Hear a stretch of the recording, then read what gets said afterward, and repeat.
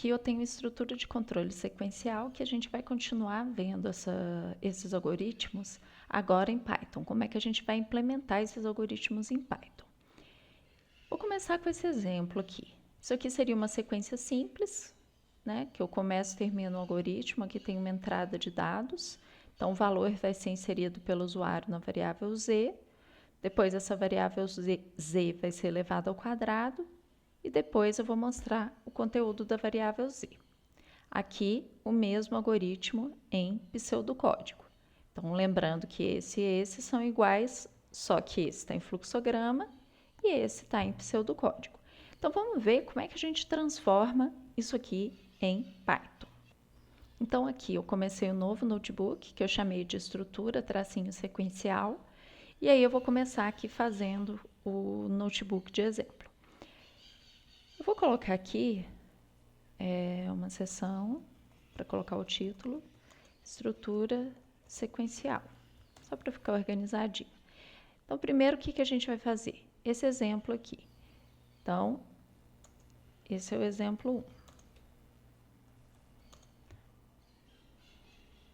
1. Número elevado ao quadrado. Então, isso aqui só para me lembrar o que eu estou fazendo. Então, vamos seguir o algoritmo aqui.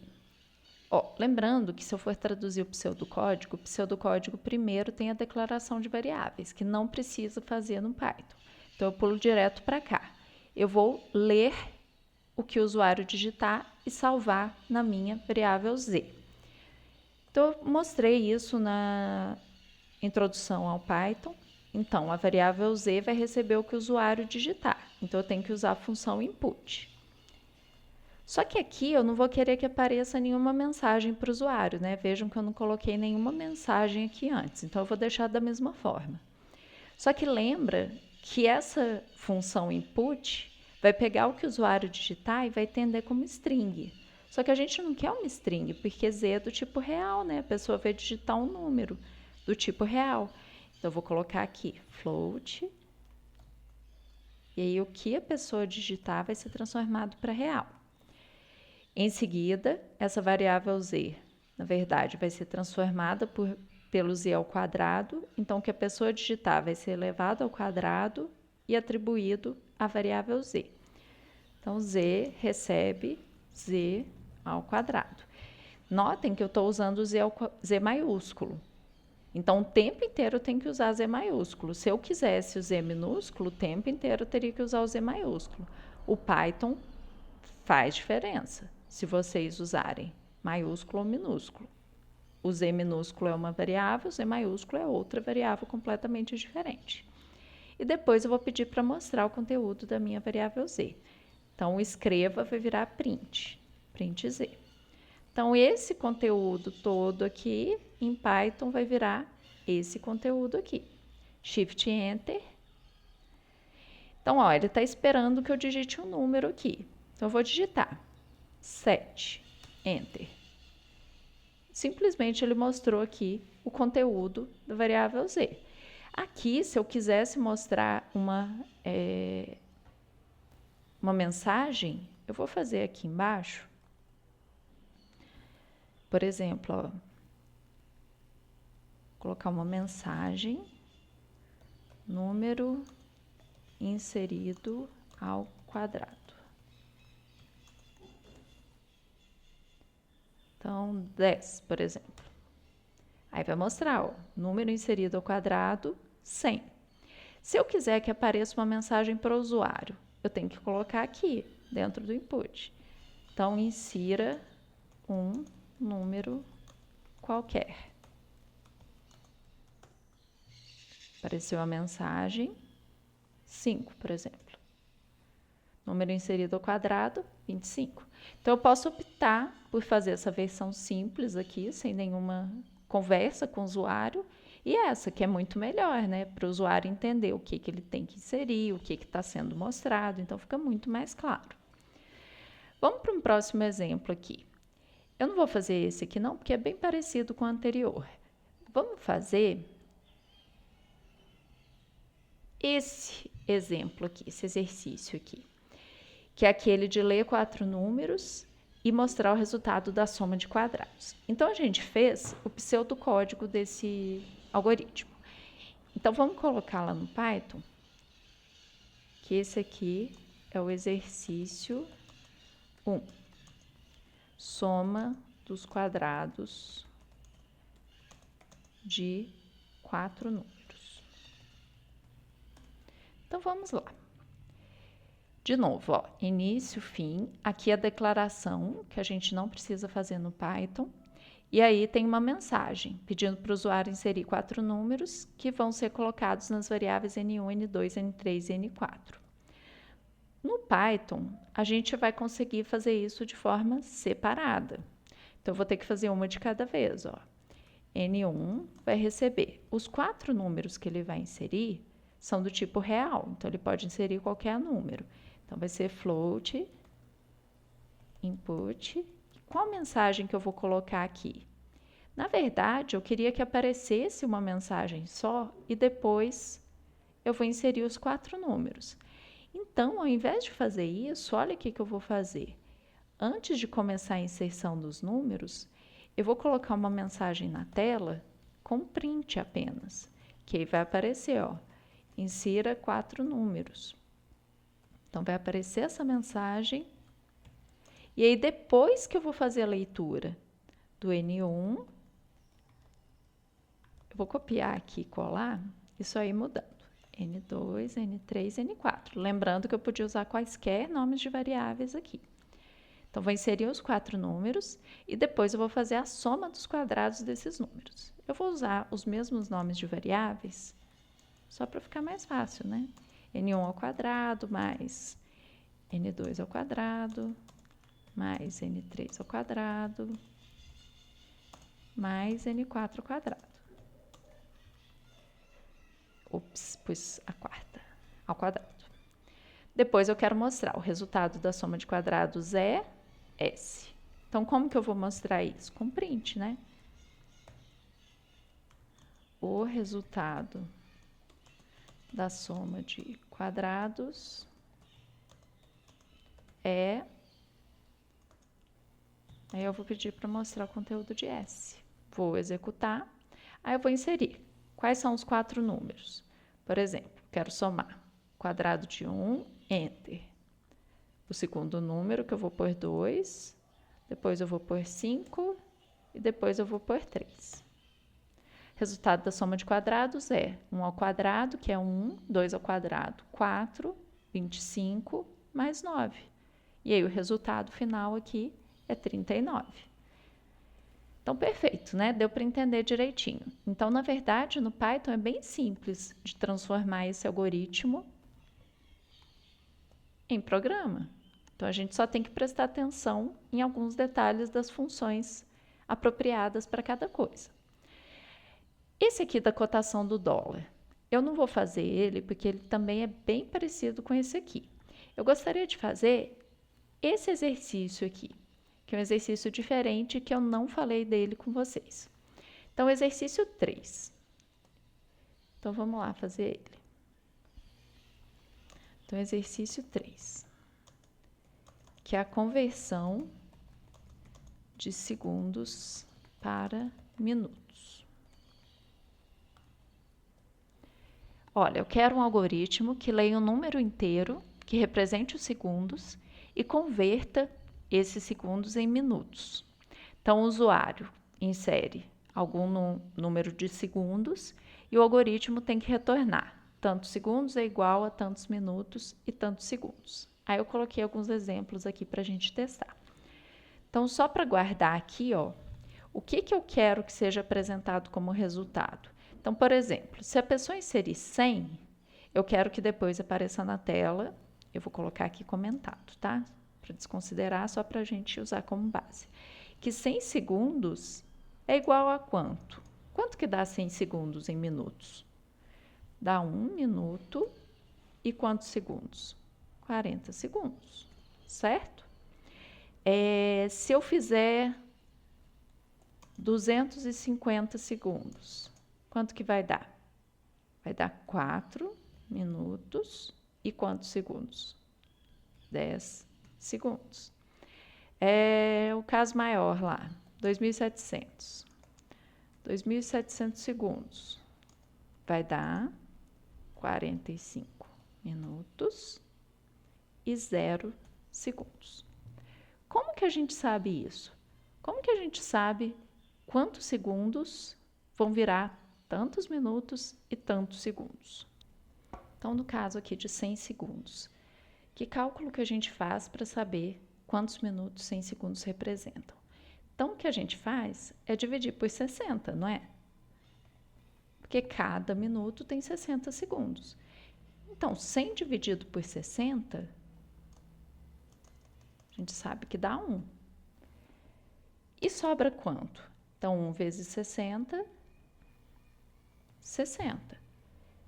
E aí, quando eu faço 100 menos 60, dá 40. E aí, 40, eu não consigo obter um valor inteiro para dividir por 60. Então, o que está acontecendo aqui? Eu vou ter como resultado 1, que seria o quê? A divisão inteira, né? De 100 por 60. E o que é 40? É o resto. Então, 100 segundos é 1 minuto mais 40 segundos, certo? Então, voltando aqui para o exemplo que a gente quer fazer. O que a gente precisa? A gente precisa pensar em como que a gente vai fazer essa conversão de segundos para minutos. Então, eu já deixei aqui esquematizado como é que seria o fluxograma para a gente fazer isso. Então, a gente precisa saber do usuário qual que é o valor de segundos que ele quer transformar. Eu coloquei aqui o exemplo de 100, mas a gente tem que fazer o nosso fluxograma geral, né? Para qualquer situação, para o usuário inserir qualquer número de segundos. Então, o número de segundos que ele inserir, a gente fazendo a divisão inteira por 60, vai me dar o número de minutos. Então, isso aqui vai me dar os minutos. E se eu faço o resto da divisão de 100 por 60, nesse caso, vai me dar 40, que é o número de segundos restantes. Então, vamos pensar, o que eu preciso pegar do usuário de informação? A única coisa que eu preciso saber é quantos segundos ele quer transformar, certo? E o que eu quero mostrar? Eu quero mostrar quantos minutos e quantos segundos restantes eu tenho. Então, vamos pensar aqui, ó. O que eu vou ter nesse caso? Eu preciso pegar quantos segundos a gente quer transformar. Então, eu vou colocar isso numa variável S, por exemplo. Depois, eu tenho que fazer esse cálculo aqui, né? Que eu vou ter que salvar essas coisas. Então, vamos pensar primeiro que eu preciso de uma variável para guardar quantos minutos representam esses segundos. Então, eu vou salvar ela com o nome M. Então, M, que eu não quero que fique maiúsculo. Então, M vai ser o quê? A divisão inteira do número inserido por 60. Então, eu não vou colocar 100, eu vou colocar o S, que é a variável que vai ter quantos segundos a pessoa quer transformar. Então, S, divisão inteira por 60, vai me dar qual o número de minutos. E os segundos restantes? Eu vou colocar em uma outra variável. Eu não vou chamar de S, porque senão ele vai sobrepor o valor. Então, eu vou chamar de seg. Aqui também eu não quero maiúsculo. Então, seg vai ser o quê? O resto da divisão do número inserido por 60. Então, S, porcentagem, 60.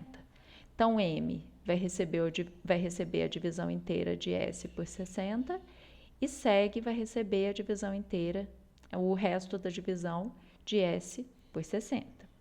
Então, só isso que eu preciso calcular. E o que eu tenho que mostrar? Eu tenho que mostrar o número de minutos e o número de segundos. Só que qual que é o formato que eu pedi? Eu pedi esse formato aqui, né? Que aí no Python a gente já começou a esboçar, seria alguma coisa assim. O número de segundos, S, igual o número de minutos, min, o número de segundos, S. Então, vamos fazer isso.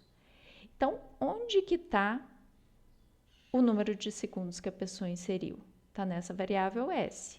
Então, aqui na minha saída, eu vou ter que ter muito cuidado com o que eu quero mostrar. Ó. Essa é a minha variável. Então, eu quero mostrar o conteúdo dela. Vírgula. Depois, eu tenho que mostrar a letra S na tela. Então, eu vou colocar entre aspas aqui, porque eu quero que apareça S. Depois, eu quero que apareça igual. Então, S igual, espaço, o número de minutos que está dentro da variável M, vírgula, vai ter que aparecer o escrito min na tela. Depois, o número de segundos restantes que está na variável segue. E a letra S na tela, entre aspas. Então, é isso aqui que tem que acontecer. Então, vamos transformar em Python. Como é que vai ficar? Então, primeiro eu tenho que ler uma variável, um valor inteiro e salvar na variável S. Então, vamos começar aqui, né? S recebe. Eu sei que isso vai ser um valor inteiro. Então, input. Vou colocar aqui, insira o número de segundos. Apesar do fluxograma eu não ter colocado, eu vou colocar aqui no Python para deixar mais claro para o usuário o que ele tem que fazer. Depois eu vou fazer esse processamento. Então, M recebe a divisão inteira de S por 60 e a variável segue vai ser o resto da divisão de S por 60. Ok. E depois eu tenho essa saída aqui. Então, a minha saída vai ser um print. O que eu vou mostrar na tela? A variável S, depois S, que é o número de segundos, igual, depois o que tiver nessa variável M, escrever minutos na tela, o que tiver na variável segue e S na tela, certo? Então, Shift Enter. Número de segundos que eu quero transformar. Então, eu quero transformar 100, por exemplo. Então, ele mostrou, ó, 100 segundos é igual a 1 minuto e 40 segundos. Deu certinho. Vamos ver o de 250, se ele vai retornar. Então, 250, Enter, 4 minutos e 10 segundos, perfeito. Vou executar de novo para fazer o teste do 2700. Olha, para executar eu posso estar em qualquer lugar da célula, tá? O meu cursor não precisa estar aqui no final, não. Posso estar em qualquer lugar. Shift Enter. Número de segundos, 2700. 45 minutos e 0 segundos. E claro, eu poderia fazer o teste com qualquer um, né? 1000. Então, ele pode mostrar para mim qualquer resultado que eu queira. Esse 1000 aqui, tá certo? Aí eu queria que depois vocês pensassem, à medida que eu for colocando valores altos aqui, o que vai acontecer? 10.000. Tá certo? Então tá, então é isso que eu queria mostrar. Aí um desafio em cima desse aqui seria pensar em termos de horas, né? Quantas horas, minutos e segundos representam um número grande de segundos? Então, seria um caso assim, se eu colocar um número grande de segundos, quanto que isso daria em horas, minutos e segundos? Aí vocês teriam que pensar em como fazer isso. Então, fica como exercício aí para vocês desenvolverem como que ficaria essa resolução.